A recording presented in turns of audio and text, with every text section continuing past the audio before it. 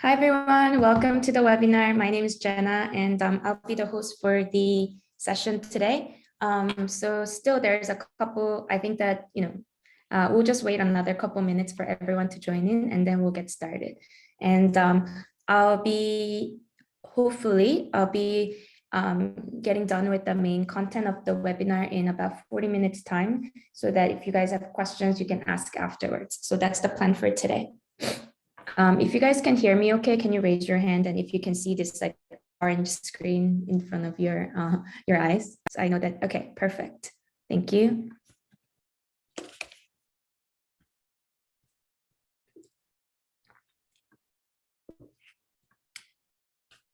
All right, and then you guys, if you have any questions, you can use the Q&A chat, and then you can answer those questions. I can answer those questions, but I'll be answering the questions at the end of each section so that the flow doesn't go, interrupted. So I would like to see with the show of hands, how many of you guys are class of 2023 here? High school class of 2023, raise your hand. Okay, how about class of 2024? Class 2020, class of 2025? Anyone class of 2026?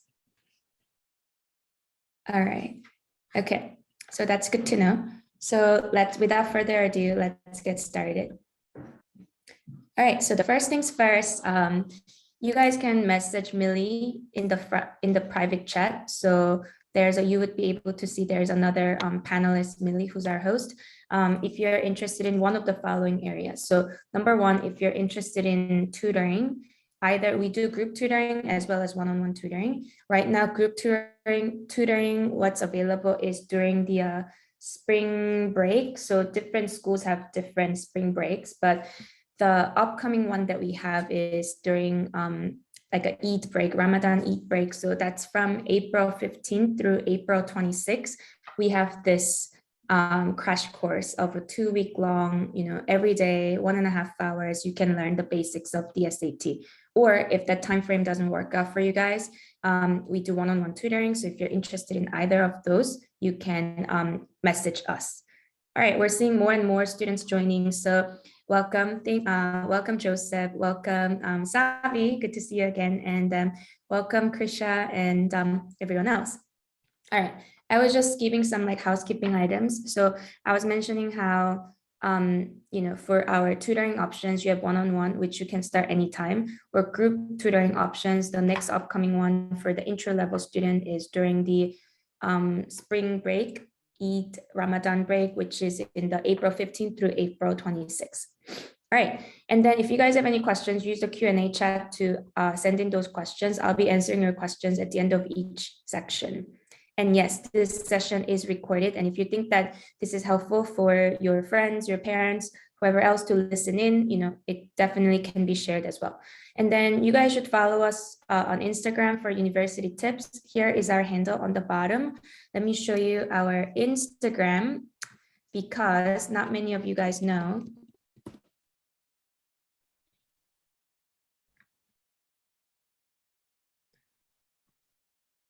So here is our Instagram page. If you come here, you would be able to see a lot of different, get a lot of different resources, not just related to SAT.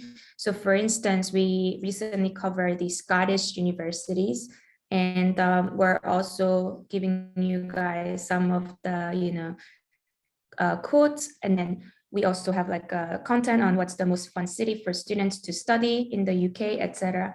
And then a lot of these contents are available on our Instagram. So definitely come here and check out our Instagram materials as well. All right, so with that said, let's go back to our main material. All right, so for you guys, especially those of you who are class of 2023, here's a very, very important resource for you guys to check out. So the next upcoming SAT, the official SAT test is on May 7th. And the registration deadline is open till April 8th. So today is March 26th, so you have about 10 days until you can register.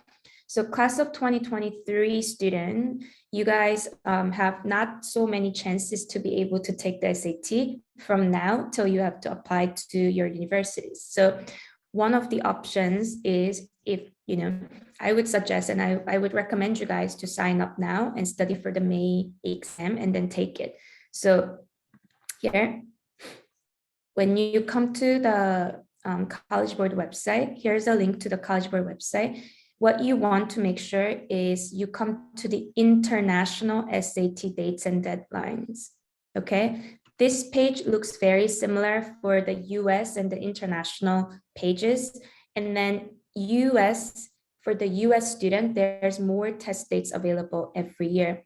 For the international location student, there's 5 test dates available. This is very, very important to know.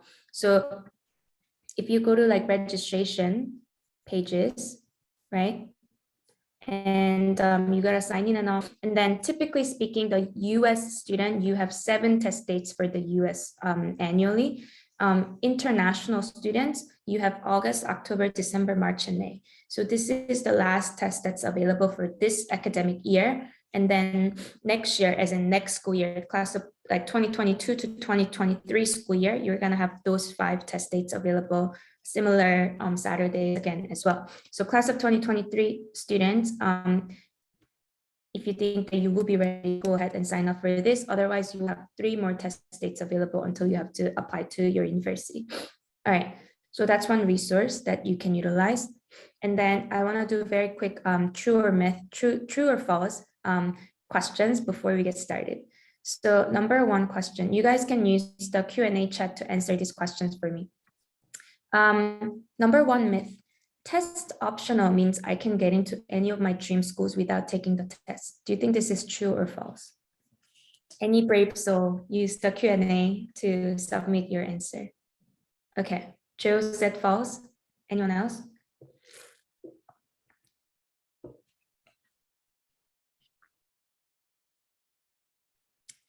Yes, all right. So let's go ahead and see the answer for this question. So the answer is yes, Joseph, you're right. It is mostly false, right? Mostly false. What does this mean? Okay, let me elaborate. And then for a lot of you guys, this may sound very intuitive, right? And then you guys are wondering, why am I even saying this? Only because the test option doesn't mean that like everyone can get into their dream schools. But however, hear me out. So most students' dream schools by definition are out of their leagues, right? Typically, this is at your Harvard, your Stanford. That's the definition of dream school for someone, right? And then test optional doesn't mean that a student who would have gotten a 1150 on the SAT will get into a school that is that has the average of SAT 1500, right?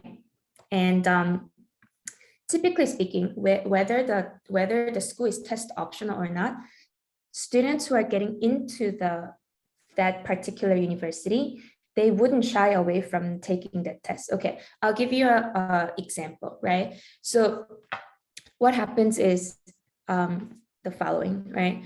So this year and last year, because of COVID, some of the schools are doing test optional or test blind. So one of the very a well-known one is UC schools, University of California schools are doing test blind at this point, right? And what happens is that students who are thinking about applying to, let's say, 1150 level universities, right? Or like state universities, whatnot. And then all of a sudden the parents heard about the news that the UC is now not looking at the SAT test. And then come to us and like, do we still need to take the SAT? Like, because UC just announced that they're not looking at the SAT score, right? And then previously, if you look at the test scores of the UC Berkeley, UCLA, they're above 1500. So, and then these parents and the students are now like, okay, like they don't need SAT scores, so we're just gonna apply to these universities now. And what ends up happening is students who were going to apply for their level universities now apply to a lot more of their dream universities. And then what ends up happening is they won't be getting, they don't get into these universities, and then they have to choose from the safety universities they had to apply from.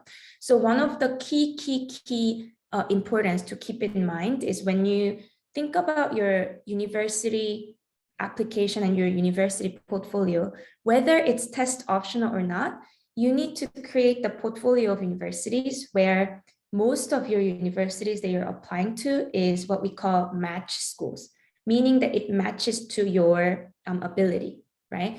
It's very easy for you to search for these schools online. So let me just show you. If I go to Google, and then I would be like NYU SAT average score, you'll be able to get this score. So, and also you can be NYU high school GPA average. You'll be able to get these kind of scores already. So hopefully this makes sense now by looking at these scores. And then let's say UCLA high school GPA average, right? And then UC Berkeley high school GPA average. UCLA average SAT. Right. So whether currently the situation is SAT optional or not, students who will be getting into these schools are at this level. And you know your level by looking at the GPA, by looking at the external scores, by looking at other students' portfolio, right? So unfortunately, test optional doesn't mean that you'll be getting into all of your dream schools without taking the test. Number two, okay, also SAT is only for the US universities. True or false?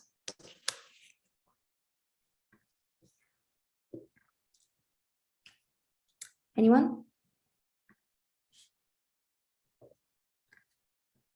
All right, Krisha, yes, thank you. It's false. Yes, SAT score actually can be used for a lot of global universities. Many of the popular global universities take SAT as either its primary or supplemental testing requirement.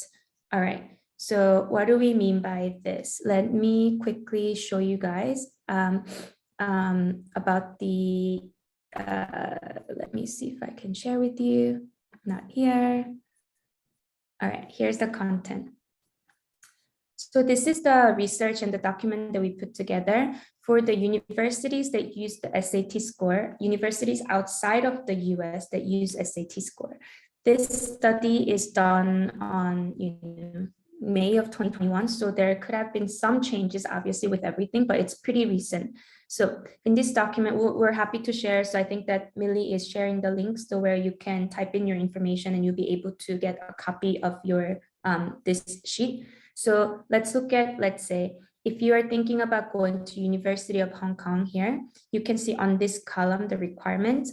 This requirement column shows either the recommended score by the university or hard requirement by the university, or some of the universities say that they do look at SAT or ACT score, but they don't give out a specific score that you should be aiming for. So, and then if you click this link, let's go see it. It would take you to the page of the particular university's like application page where the relevant information is available for you guys, right? So let's look at the Hong Kong U. If you come here, if you wanna come to Hong Kong U and study architectural studies, you would see here, redesign the SAT. That's the expected lower boundary for admission here. Expected lower boundary for admission, SAT 1350. If you want to study different subjects, let's see what other, here, Faculty of Law. If you want to study law in Hong Kong University, the expected SAT score is 1500. So this is just one example that SAT is used outside of the US. And then this document outlines all types of university, and you can check out if the universities that you may be interested in is part of this process. Another popular one here is Bocconi University in Italy. For those of you students who are interested in econ or international business, this could be a very good option. And then Bocconi has 2 different types of programs that you can check out. So for their regular Bachelor of Science program in econ, the requirements is 1040, 520, 520. And for their more advanced program, what's called the World Bachelor in Business program, the bar is 1350. So again, if you want to receive this document, Millie just shared the link. And then if you fill out your information in this link and agree to our newsletter, then you'll be able to get a copy of this document yourself. All right, so those were the 2 things. And I wanted to share those, get this out of the way, 3 things. Class of 2023, sign up for the May SAT, test optional, still it's good to study. And then the third one is SAT is not just for the US universities. So let's jump into today's content. Before we do so, I wanted to introduce a little bit about myself. My name is Jenna. I'm one of the co-founders. I'm a co-founder and CEO of Millie, the company that you are joining the webinar for, Millie's Guide. And here's a little bit about myself, but I guess something that's relevant for you guys, not in addition to me owning an education company, I myself went through the international journey that you guys are going through. I did AP myself, and then for my undergrad, I studied operations research and engineering. So this is like a data science nowadays at Cornell University for my undergrad. And I did my master's at Northwestern University. And most recently, I did my MBA at Columbia and London Business School. So happy to share any of those informations or tips on how to get into those universities specifically. Also share, and yeah, feel free to ask those questions during this session, or we'll set up some time afterwards. All right, so what are we covering today? I know that there's like some new joiners, so welcome. And we just covered some of the more of a high level tips, and now we're gonna go really deep into the SAT. So I think I wanna first ask you guys, how many of you guys here have actually taken the full SAT before? Raise your hand, because no one, okay. And would you say you guys are all beginners of SAT? If you think that you're beginner SAT, raise your hand. All right, okay, great. So you're at a good place. Let's get started. So what is covered today? So this is perfect because our content is for the beginners and then someone who's just starting out. So what is covered today? Today, we're gonna talk about the SAT English section and math section. And we're not gonna talk about optional essays or SAT subject tests. Big alert. There used to be these sections called optional essay and SAT subject tests. And then if you go online and check out some of the resources, outdated resources, you would find some website, a lot of websites and a lot of the things that will still talk about these sections. These 2 sections have been completely discontinued as of January of 2021. So there's no such thing as SAT subject test. There's no such thing as optional essay. And we are only gonna talk about what's still available and what's still relevant for you guys, which is the main SAT, SAT1, and which has the 2 types of sections, English and math. Second one, we're gonna talk about the general overview and strategy of taking the test. What do I mean by this?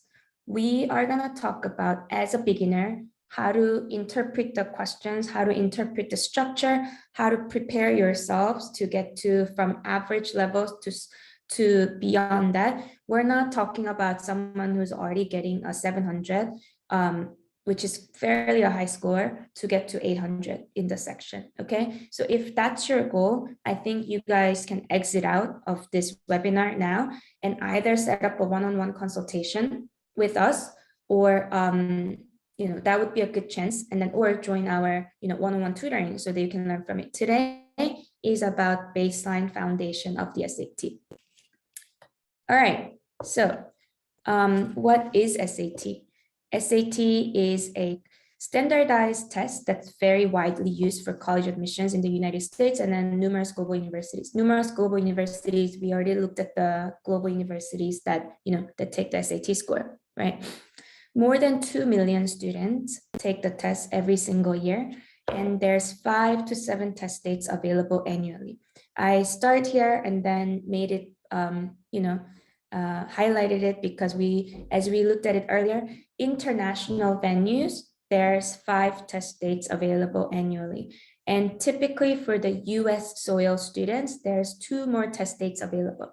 For us, all of you guys who are living outside of the US, which I assume is the case, and you guys need to really, really keep in mind that there's only 5 test dates and you need to plan accordingly. All right. And like I said, there's these 2 tests that's now no longer available. And the last point is SAT is still paper-based, as opposed to other test types now that you guys are more familiar with. It's on the computer base, meaning that you go to the test center and then you will get this paper packet, and then there's a sheet that has ABCD that you can fill it out with your pencil. So it's also important to practice that kind of format. Okay, so that is SAT. All right, so next point is the perfect score of SAT is 1600, and the scoring is done on a relative scale following a normal distribution. What do I mean by this? I see that there's a question coming in. Krisha said that she did the PSAT earlier. That's great. That's a good exercise for practice to see your score level. All right, so I'm going to ask you one more question here. How many of you guys have heard someone saying something like 1400 is a good score, or you need a 1500 to get into an Ivy League school? And then have you ever wondered, why do you need a 1500 to get into an Ivy League school? And like, why is 1400 a good score? How hard it is to get a 1400? Raise your hand if anyone have heard of this kind of people making these comments. All right. Great, thank you. And yeah, typically these things come from your parents, your teachers, right? Like people saying like 1450 is a good score. Like, why is that? Let me explain that to you, and then how hard it is, and then why you need 1500 to get into an Ivy League school. So if you look at the chart below, this is what's called normal distribution chart. Depending on what grade you're in, you may not have studied this in your math class just yet, so I'll just explain. And what this means is your performance compared to other students' performance is going to determine your score. It's not like 1 question equals 10 points, 2 questions equals 20 points. It's just how you performed against other students will put you into that score bucket. Right. Another fun fact that I can tell you, this surprised a lot of students. So each section, the highest score is 800. Most people know this. The lowest score you can get in each section is actually 200. It's not 0. So you do nothing on the test, on the SAT, and then you will get 400, right? Because why? You have math and English section. Each of them has the maximum score of 800. And then if you do nothing, you would get 400. And then here, how the scoring is done is, let's say that there's 1,000 students who's taken the test, right? And what College Board does is, first off, they would grade every single student on their right and wrong answer. And then after that, they would order them in the order of who did the best, all the way down to who got the most questions wrong, right? And then after that, they would put those students into this score buckets, right? You see those percentage buckets in here. So that's how many students that's going to fit into this bucket. As you can see here, there's about 70% of the students that are fitting into 400 to 600 range. So what that means is, if 1,000 students take the SAT, then about 700 students will get 800 to 1,200, right? 400 times 2, 600 times 2, right? So this is pretty much most of the students are going to fit in. And then, so now let's look at this 1400. Let's see why people say 1400 is a good score, right? 1400 is 700 times 2, right? So bring yourself up here. Then what do you see? Above this 1400 line, there's 2% of the students sitting here. So what that means, again, is out of 1,000 students, only 20 students globally would get this 1400 and above. So would you agree it's fair to say that if you are top 2% performer, it's quite a good score? Like, you know, I mean, raise your hand if you think it's like a fair thing to say if you're top 2%. All right, yeah. So that's why a lot of people say that 1400 is a good score. And then the bar is that bar of what's a good score and bad score, people without knowing it, everyone's bar is a bit different. So some people say like 1450 is a good score. That's like somewhere here. And some people say 1350 is already a good score, which is here. So you've seen earlier in the document that a lot of universities have 1350 as a bar or has 1200 as a bar. That's because their universities, they think that's like a good bar for themselves. So now we talked about why people say 1450, 1400 is a good score. Now then, let's think about why do people say to go to an Ivy League school, you need 1500 and above. Let's put another bar here. So 1500 is 750 times 2, right? So let's just put an arbitrary bar here. Looks like it's about 1%, a little less, probably, not sure. But now, what that means, what people are saying basically is to get into an Ivy League school, you should be a top 1% performer. I think it makes sense, right? But does that mean that if you get 1500 and above, you will be for sure getting into an Ivy League school? No, right? Because if 1 out of every 100 students got into an Ivy League school, there's too many students in the school, right? So what that means at that point is you're not going to be penalized for your SAT score. There's a lot of other components to get into prestigious school, right? You need to have good essay, you need to have good extracurricular activities, you need to have good teachers' recommendations, you need to have good GPA, etc. But at least coming from the test perspective, if you are a top 1% performer, you're not going to be penalized in this application process. Hopefully that makes sense. And yeah. All right, hi Azra, good to see you. Okay, so we just covered how to look at the test score and then who gets what score in that range bucket. Now I'm gonna give you the next in the final section, I'm gonna give you 10 tips on acing the SAT. And 5 of them are fundamental. You think that it's, you may think it's very basic, but you would be surprised how many students these section breakdowns or the question numbers and then going to the test. And, if I'm honest, I also didn't know when I first went to take the test. I mean, you look at it once and be like, these are the amount of time that's available in each section, but like, I did not know like specifically how many questions and how you should look at the questions and the time element to take the test. And then we're going to look at a few of the strategic tips here. All right. So I don't see any questions coming in. So if you guys have any questions so far, use the Q&A chat and I'll be able to answer the questions. And then at the very end, after the tips, we're going to give you some more resources and then we'll give you an option for you guys to set up a 15-minute call with me if you want to do one-on-one tutoring or group tutoring with Millie. And we have about 300 mentors. Many of them are Ivy League graduates and they'll be able to guide you. And not only the SAT, we also do a lot of university preparation, such as, working with you on your college, essays and guidance. So college counseling that, some of you guys go to school where there's a very strong and very helpful counselor in the team, but many of you guys, I know that schools are not really offering too much of help. So you're like left alone to do all of those things to yourself. So we have paid programs that you can join and then we help you in your journey.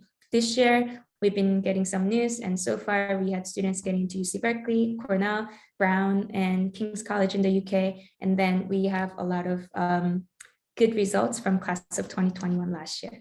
All right, let's look at the fundamental tip. Number 1 tip is know your timeline. I want to see one more time. How many of you guys here are class of 2023? Raise your hand again. All right, a couple of you guys. So for you guys, it's the most important thing to keep in mind, okay? So every year, there is 5 test dates available, right? So you can see the chart as right now it's 2021 to 2022, but next year this is going to be August 20 something 2022, October something 2022, etc. So what that means now is for you guys, class of 2023, you have 3 test dates available until you can apply, and you need the score to apply to university. Why? You are currently here, right? So you can register to the next test, which is on May 7th, and then you can take the next one, which is August something of 2022, October something of 2022. And then after this point, there's this thing called early admissions and early decision. So class of 2023 students, and then how many of you guys are aware of what's early admission, early decision is? Raise your hand. Okay, good. Early decision, okay, great. So there's another Millie's webinar that you can attend, which is Millie's Guide to Uni Admissions 101. And then that's where we're going to talk about all of those things, right? The deadlines, what this jargon mean. But for now, for the sake of the time, what I'm going to say is in the US, there's 2 types of admission deadlines. One admission deadline is called early admissions, and the other one is called regular admissions. Early admissions deadline is earlier than the regular deadlines, and students typically apply to their dream universities, maybe 1 to 3 for the early admissions, because depending on universities, you may have a higher chance of getting in. Now, it sounds all great, but the early admissions deadline is typically November 1st. So if you're class of 2023, like I'm not here trying to scare you, but actually you have now about 7 months until your early admissions deadline, right? Because you have April, May, June, July, August, September, October. 7 months until you need to submit your application. And then for the regular admissions, there's varying dates, but typically the regular admission is around January 1st to end of January. So then you actually have 2 more months to go. So class of 2023, you have 7 months to 9 months for you guys to prepare. So in this case, if you're a class of 20, I see a show of a hand, but then actually, if you have any question, if you could use the Q&A chat, I'll be able to answer the question. Okay. And sorry, I don't know how to pronounce your name, but yeah, use the Q&A chat and then we'll be able to answer the question. So now what that means is the class of 2023 student, you guys, you have the 3 chances you can take the test until the early admissions deadline. And if you're going to skip the early admission and then do the regular admissions, you have 1 more test date, which is in December, right? So you have 4 times to take the test, right? Which is not as many. You may still think that you're not a senior, right? You may still think that you have a lot of time, but when you see this chart, you would be able to tell that it's really not that much time. And then many of you guys, I would assume that you are not comfortable taking the test in May just yet, if you're especially starting out, right? So you probably want to use the summer to study a little bit. Then you're already getting yourself out here. And then in the later section, I'm also going to talk about it, but it is recommended that you take the test more than once, like twice is recommended, because then you can a lot of times you can improve your score, right? So then by the time you take the test here, and then you take the test here, you need to be able to take those 2 tests. Otherwise, you don't have enough test dates to take the test. So for class of 2024 and below students, just keep this in mind. That's the timeline. You have 5 test dates. Like I said, you want to be done by October of your senior year. And ideally speaking, for us, we recommend our Millie students who are studying with us in our programs, we recommend all the students to get done with their standardized tests by the end of their junior year. Because in your senior year, you will have to write many essays, and those of you who are in the IB program, you're in IB 2 year, A-level, you're in the A-level last year. And if you're a senior in the AP system, then you would have the most number of APs that you need to take. So the senior year is really not not ideal for you to have to juggle all these things. So ideal case is that you finish your test prep by May of your junior year. So for younger, lower classmen, keep that in mind when you're planning your test. And registration is typically due a month before the test. So again, don't miss the deadlines. And then the score comes out in about 2 to 3 weeks time. For instance, we have a lot of students who took the March 12th SAT, and then the score just came out yesterday, which was 2 weeks since the test day. And then on the bottom, we kind of listed that is it relevant for the early admissions, early decision. Up until the October test, you can use it, but the December test, that's not relevant because the date is past the typical early admissions deadline. All right, so now next section, let's look at the section breakdown. Okay, so section breakdown is section 1 and section 2 make up your English score. So combining section 1 and section 2, this is your 800 points. And section 3 and section 4, these are your math sections, and these two combined make up your math 800 points. Okay, and section 1 reading, this is more literature, and section 2, although the name of the section is called writing, but this is more like grammar and language. So I don't know how many of you guys are in the, raise your hand if you're in the IB program in school. Okay, and how about A-level? No one in A-level. How about AP? All right, AP program. Okay, thank you. That's helpful to understand. So the comparison that I was trying to make is section 1 is your typical like a literature class. So for the AP student, this is similar to your AP English literature. You read the passage and you need to, answer what's the intention of the author. Like these are the very difficult vocabulary questions, and you need to be able to find the synonyms, things like this.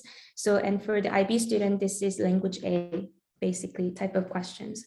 Now, if you go to section 2, the writing is more like language. So for the AP student, it would be AP English language.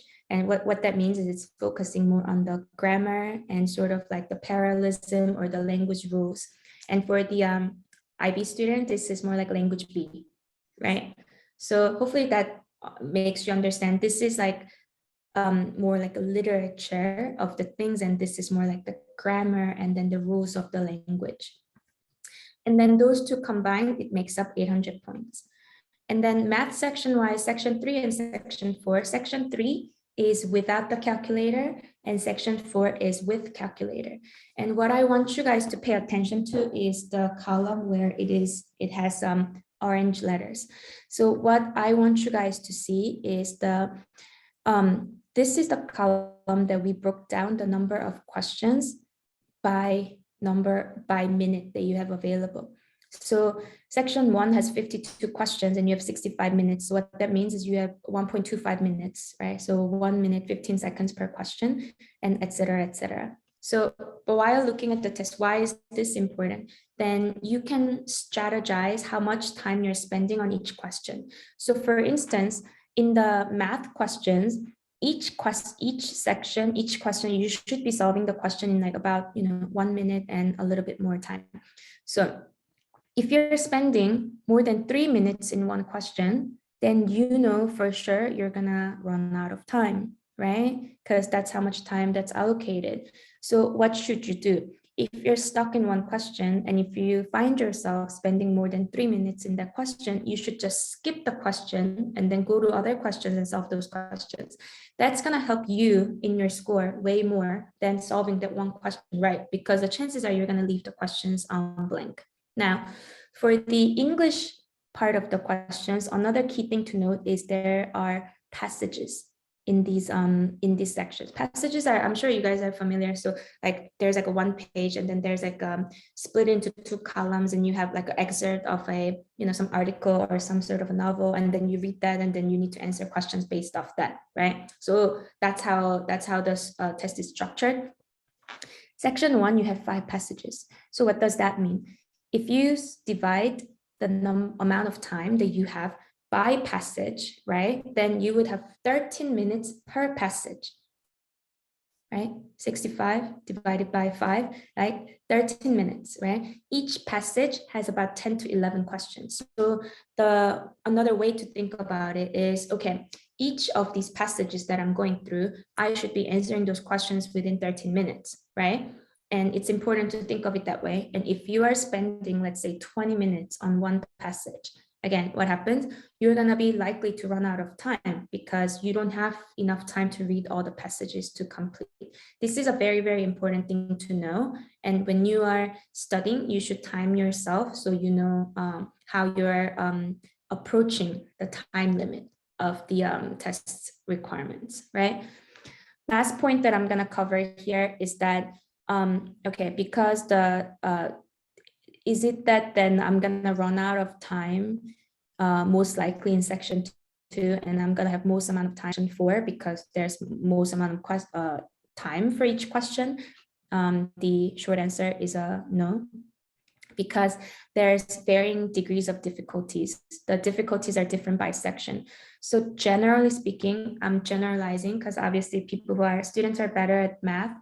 They're more likely to run out of time in English, and then students are better at English, they're more likely to run out of time in math. Like that's like how it is. But most generally speaking, the section that students struggle the most in terms of time is section 1.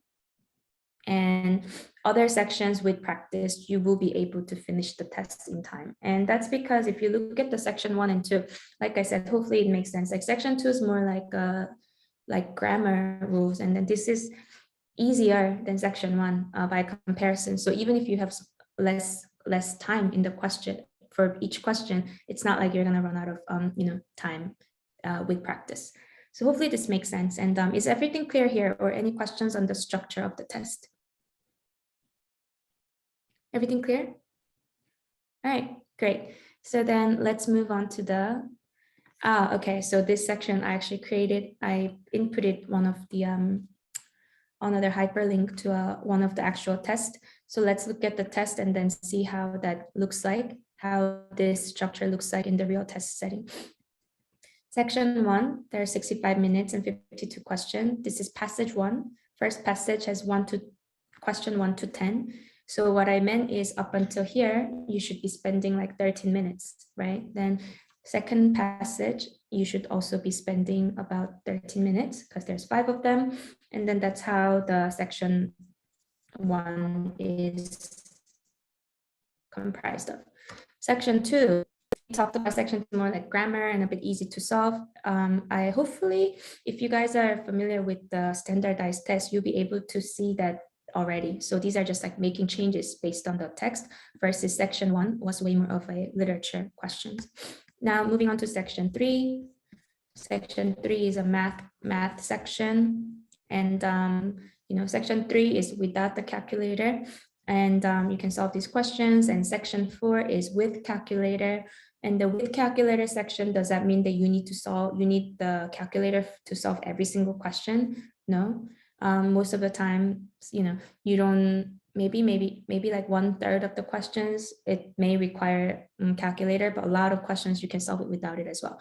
So what I want to tell you is that only because it's a calculator section doesn't mean that you feel like you have to use the calculator and be like, am I missing something? Like, why is this question too easy? And then don't waste your time because you feel like you need to use the calculator. So that's the thing that I want to mention to you guys. And hopefully now with this, it all makes sense. Next one. So last part about the math in this fundamental section is there's 2 types of questions in math. So English, it's all multiple choice questions, so A, B, C, D, right? And then for math section, there's some portion of the question that's called grid-in questions. Grid-in means you need to fill out the answer in this grid-in type of a section. It's close to free form, like not a multiple choice, but open-ended question, right? So if your answer is 2/3, you can answer it as 2 over, there's like over sign 3. And 0.666, you can answer it this way as well. Depending on which country you are studying in, some of you guys, this is like, Jenna, why are you even talking about it? This is so obvious, but some of you guys have never done this bubble and then circling things. So also it's good to be practicing like how you should be answering the question in this bubble sheet. Okay, so that's one thing I wanted to mention. All right, so the last part of it is the strategic tips. Strategic tips is number one tip is that focus on the subject that you are good at. What does this mean? This may sound very counterintuitive for you guys, but okay. Until your score gets above 1250, focusing on your strength area will give you a quicker boost. What does this mean? Let's look at the scenario. Let's say there is a student who got 500 on each subject, right? And this is taken from the national average. Always the global average is about, you know, like 1,000 to 1,050, 1,070. That's like a normal global average, right? So let's say you started with 500, 500. And then let's say if you're very good at English and then you studied English mainly and you have limited time, right? Everybody, all of you guys have to do sports and this and that, right? So let's say you have 60 hours that you can spend on SAT until the next test. And then in this limited time that you decided to spend a lot of time on English. And then what happens? Because you like English and then you see the patterns, you see that you can improve on things and then you enjoy, so you study more and more, right? And by doing so, you increase your score. And then along the way, obviously, you're also going to solve some math questions and you get familiar with the format. And then you end up, in this case, with 1250. Let's say the same student who decided to spend those 60 hours on math because they're not good at math. And this is what we are taught to do, right? In school, to spend time on the things that you're not good at, right? So then what happened? Obviously, you don't want to study because you don't know what you're doing. And it's just like frustrating and like you hate doing these things. And you spend the same amount of time, your score is not going to improve as much. And you end up with this score. So what should you be doing here? Our advice is, it may be counterintuitive, which means it sounds a bit weird to you, but focus on the subject that you're good at first. And then once you reach about 1250, then you can move on to the subject that you're not good at. Make sense? Why should you move on to the subject you're not good at? Because after you get to a certain point, there's only so much score you can improve in that one subject, right? Then this is the time you need to focus on the worst subject. But for you to get to, let's say, 1,300, you can get to 1,300 by 800, 500, or you can get 1,300 by 650, 650. Like, how many times have you heard of people saying like, you know, you've heard so many more times people saying, oh, so-and-so got 1,400. No one really says things like so-and-so got 780 on math and 620 on English. Like, nobody talks like this, right? So by knowing that, you know, increasing the overall score is more important. And then to do so, the earlier, the better way to do is focusing on the subject that you're good at. Is everything clear so far? Okay, so next section, tip 2 is answer all the questions, even if you don't know the answer. This is very clear on College Board and everywhere, but still we get so many questions. So we're gonna mention this. There's no penalty for guessing wrong questions. There's other tests you're penalized if you get one wrong question. That's gonna, you know, show you easier questions, or there's, if you get one question wrong, there's like gonna take points off. SAT doesn't do that. So when you don't know the answer, just answer whatever, like fill out something. Because the law of probability, right? Like A, B, C, D, you'll be able to get more questions, right? So don't ever lose any questions blank. Number 3 is study at least 6 hours before the exam date.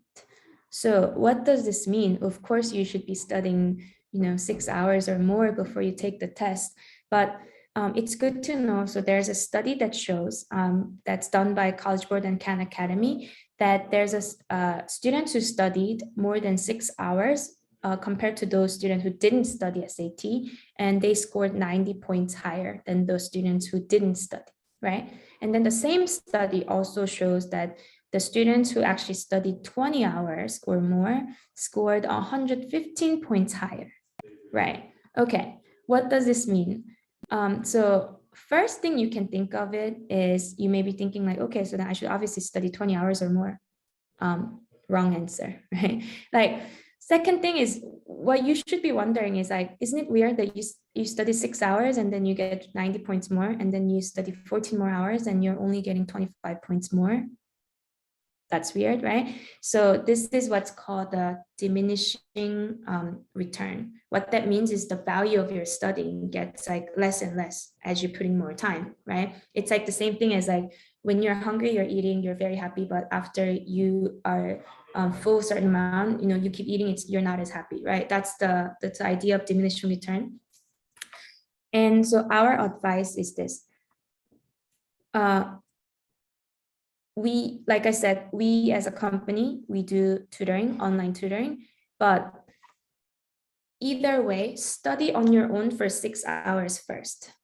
And then after that, you make a decision whether self-studying is a good option for you or not.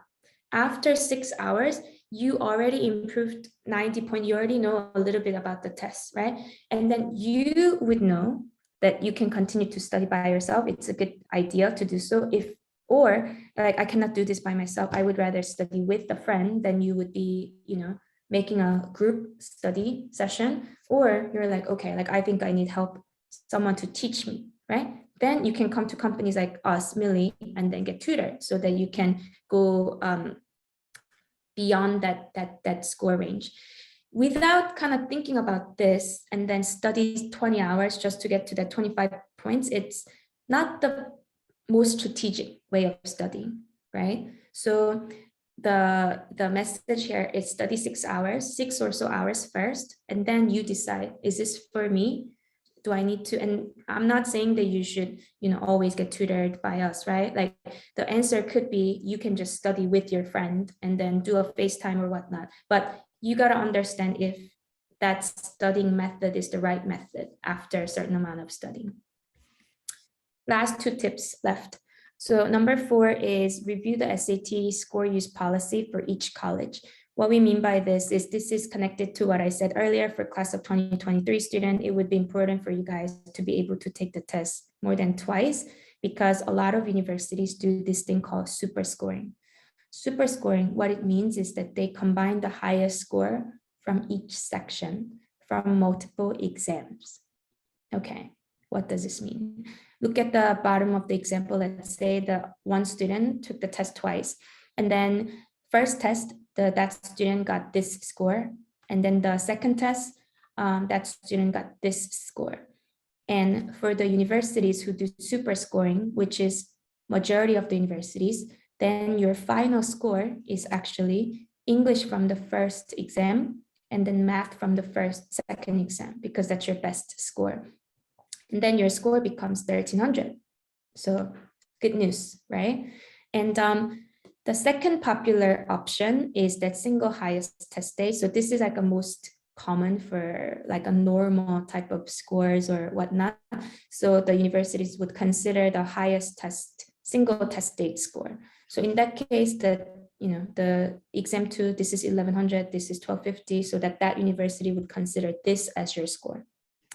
The last type is all scores required for review, meaning that all scores are going to be sent and then seen by the university. Very few universities like Stanford does this, but most universities do super scoring. This is why you want to be able to take the test more than once to get to benefit from super scoring. The typical question that we get asked here is it just that lower tier universities would do super scoring and then all the top schools do the other ones? No, that's not the case. For Ivy League schools such as Cornell, Columbia, Princeton, and many more, they do super scoring. So don't think it's just for the lower tier universities. Everything clear so far? Raise your hand, please, if you're still listening. And so I know that you guys are listening and paying attention. All right, this means a lot. Great, thank you guys. I'm like, because I'm just like talking to the ether, no one's saying anything, right?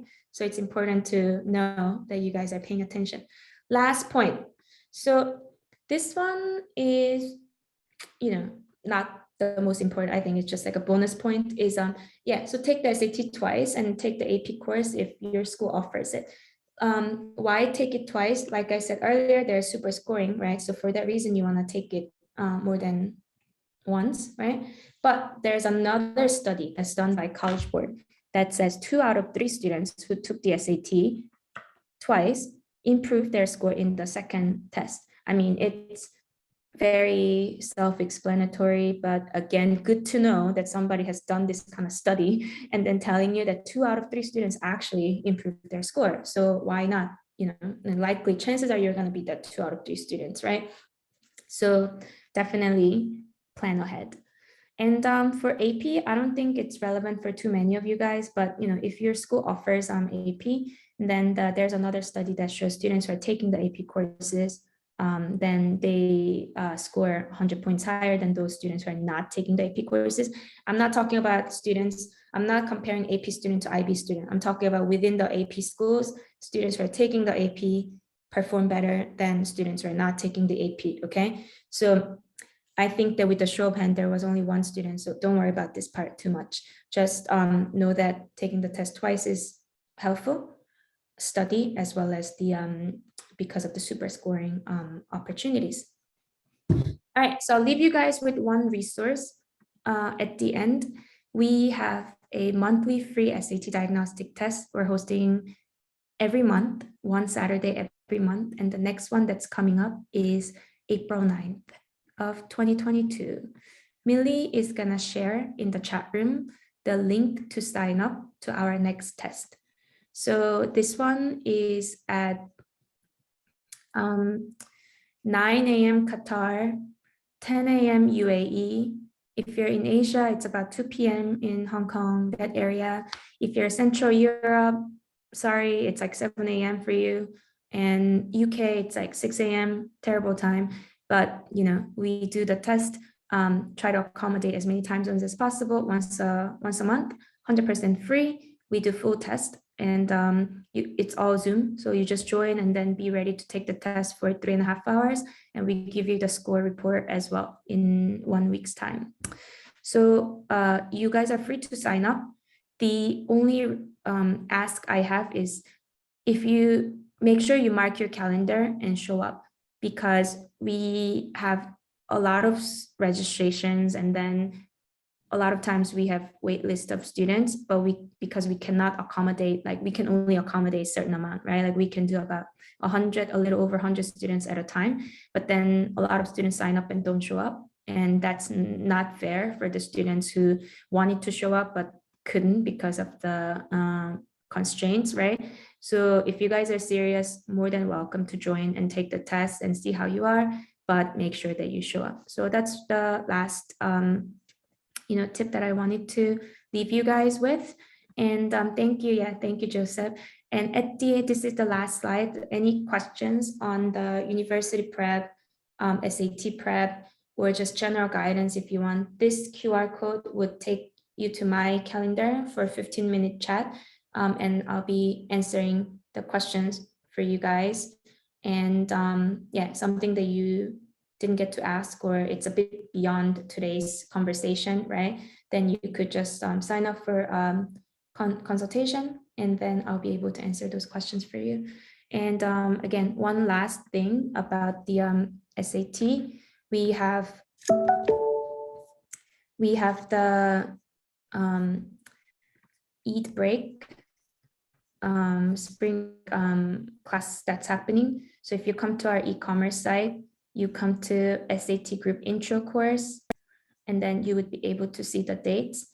So this one is already closed April 4th to April 15th, which is the Easter special, but you can still sign up for April 25th to May 6th, 1.5 hours every day. That's for 10 days. So you'll be able to cover the basics. And then our regular programming is starting in May. So this one is twice a week for 5 weeks. But then because many of the students have the school holidays, so we created this crash course, which is like every single weekday for 2 weeks, and you'll be able to cover the same amount of our intro course material in 2 weeks as opposed to 5 weeks. So that's for those of you who are interested in the group courses, and then also we're open for one-on-one courses. All right, so that's really everything, guys, and good luck on your SAT journey. And I will see you guys in our future SAT tests and other webinars. Thank you, guys.